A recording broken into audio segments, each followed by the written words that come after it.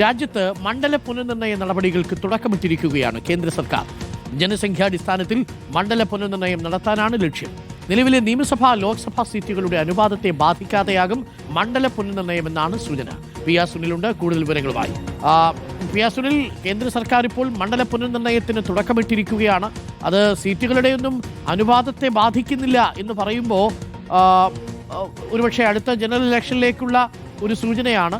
അപ്പോൾ ലോക്സഭാ സീറ്റ് വർദ്ധിക്കുന്നില്ലെങ്കിൽ പ്രേക്ഷകർക്ക് അറിയാവുന്നതുപോലെ ഈ വനിതാ സംവരണ സീറ്റിന്റെ കാര്യത്തിലൊക്കെ സീറ്റ് വർധനയുണ്ടാവണം എന്നുള്ളതാണ് BJPയുടെ നേരത്തെ ഉണ്ടായിരുന്ന തീരുമാനം. ഇപ്പോൾ ഈ മണ്ഡല പുനർനിർണയ നീക്കത്തിൽ അനുപാതം വർദ്ധിക്കുന്നില്ല, സീറ്റുകളുടെ എണ്ണം വർദ്ധിക്കാൻ സാധ്യതയുണ്ടോ?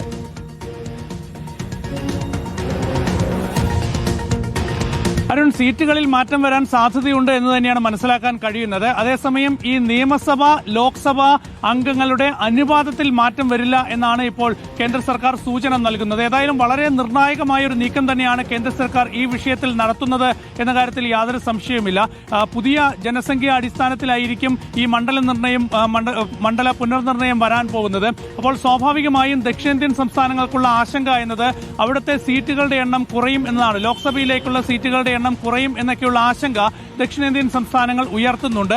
പക്ഷേ ഇക്കാര്യത്തിൽ ഒരു വ്യക്തമായ മറുപടി ഇതുവരെ കേന്ദ്ര സർക്കാർ നൽകിയിട്ടില്ല. നേരത്തെ കേന്ദ്ര ആഭ്യന്തരമന്ത്രി അമിത്ഷാ വ്യക്തമാക്കിയത് സീറ്റുകളുടെ എണ്ണത്തിൽ കാര്യമായ വ്യത്യാസമുണ്ടാകാൻ പോകുന്നില്ല എന്നതാണ്. പക്ഷേ ഈ വിഷയത്തിൽ ജനസംഖ്യ അടിസ്ഥാനം കണക്കിലെടുത്തുകൊണ്ട് മണ്ഡല പുനർനിർണയം നടപ്പാക്കുമ്പോൾ തീർച്ചയായും അക്കാര്യത്തിൽ മാറ്റങ്ങൾ വരാനുള്ള സാധ്യത പൊതുവെ ചൂണ്ടിക്കാണിക്കപ്പെടുന്നുണ്ട്. അതുപോലെ